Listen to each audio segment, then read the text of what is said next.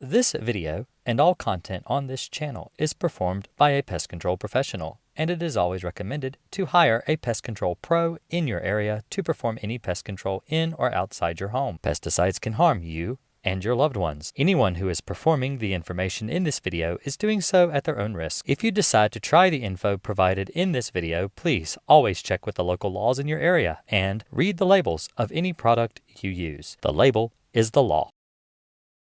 Hey everybody, this is Jason Akers again with Green Acres Pest Control, and today I want to go over fleas, specifically bug bombs and fogging for fleas, why it doesn't work, and why you need to stop wasting your money on bug bombs.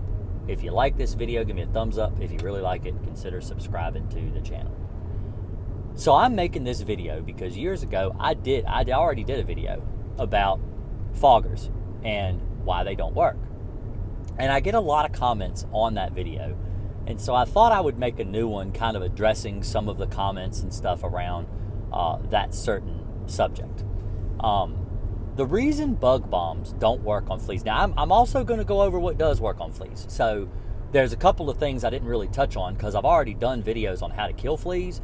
But in this video, I want to go over why they don't work and what does work. So hopefully this will help everybody and address all those questions I still get on that video, even just yesterday. So why don't bug bombs work? The thing about a fogger is foggers are, pest control technicians will fog your house. It's a common thing that people still do to this day. They usually use a machine that you pour a liquid in and it will fog, just like a bug bomb will fog. Not typically for fleas. And the reason you don't fog for fleas is because fog does not last. It will not last long enough to kill all the life cycle of a flea, because you have the egg, which it won't kill the eggs. No matter what the label says, it will not kill the eggs.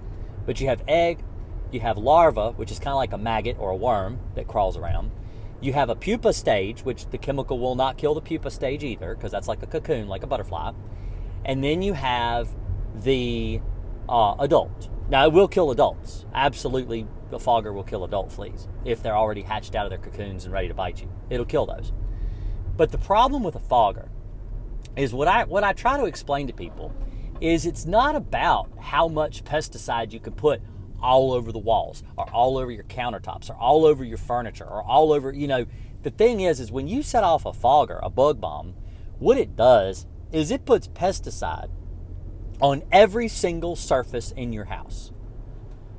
Fleas typically only live on the floor.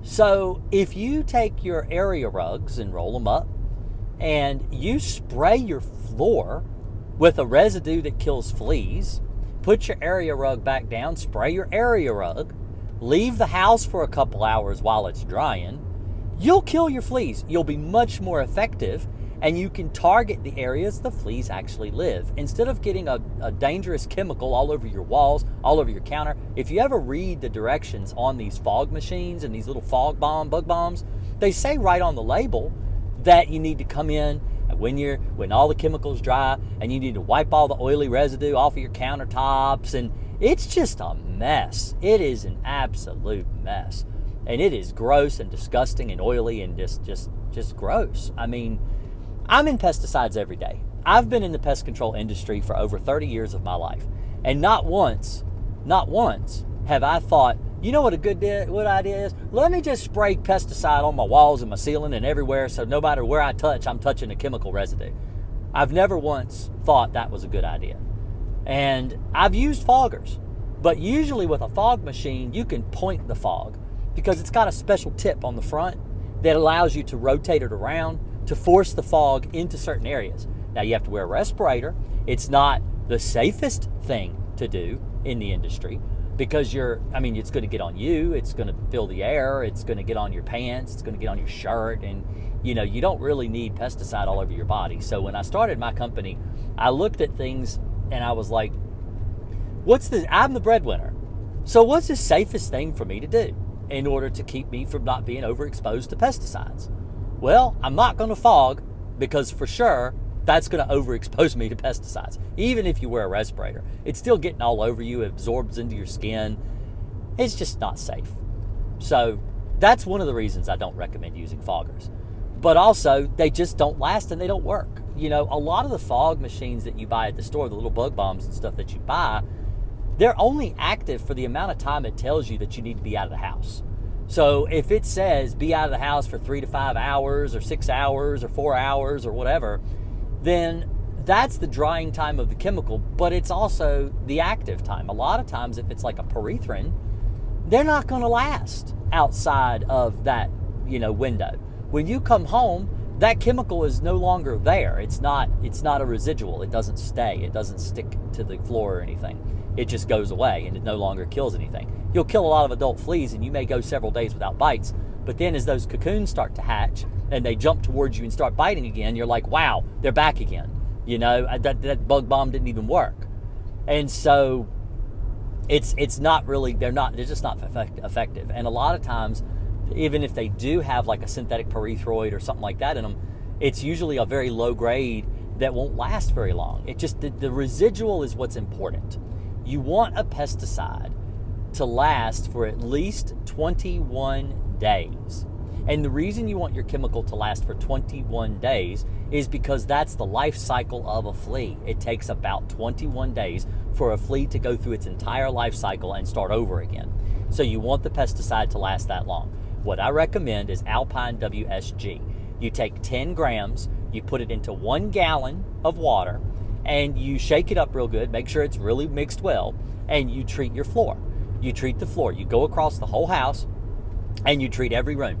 Even the rooms that you don't think you have fleas in, trust me, there's fleas there. I have gone in homes, I have had people say, don't go in this room, because if you go in this room, nobody ever goes in that room and there's a bunch of junk in there, don't go in that room. You really need to treat every single room. It's very important to treat every single room of the house. So you treat guest rooms, you treat the garages, you treat basements, you treat tile floor, hardwood floor, carpeted rooms, every floor, because fleas will be on every surface. They don't just live in carpet. A lot of people believe that fleas will live in the carpet because it resembles pet hair, but that's not true. Fleas live in every surface, floor surface of the house. Hardwood, vinyl plank, laminate, linoleum, every surface, even carpet. Carpet, of course, they'll get in carpet too. Any room of the house. You want to treat your pet bedding. Follow the label. The label is what will tell you exactly how to treat. If you follow, which is the directions, every pesticide comes with directions on how to mix, how to apply, what to do for this bug, what to do for that bug, how much you mix for this bug, how much you mix for that bug. It tells you in the directions. So this is why I tell everybody the label is the law, because the label's the directions. The label tells you how to do the job and how to get the results you need to get. A lot of times people will say, well, I sprayed for it and it just didn't work. A lot of times it has to do with the way you're mixing your chemical. If you're not mixing your chemical correctly, then you're not going to be able to get rid of your bug. So follow the directions, mix it properly. Go through, treat the entire floor in the house. You may want to come back in 2 weeks and treat again, do the same thing again, just in case, just to make sure you grab those last few fleas that are still hatching out of their cocoons. And if you do this, you will get rid of your fleas.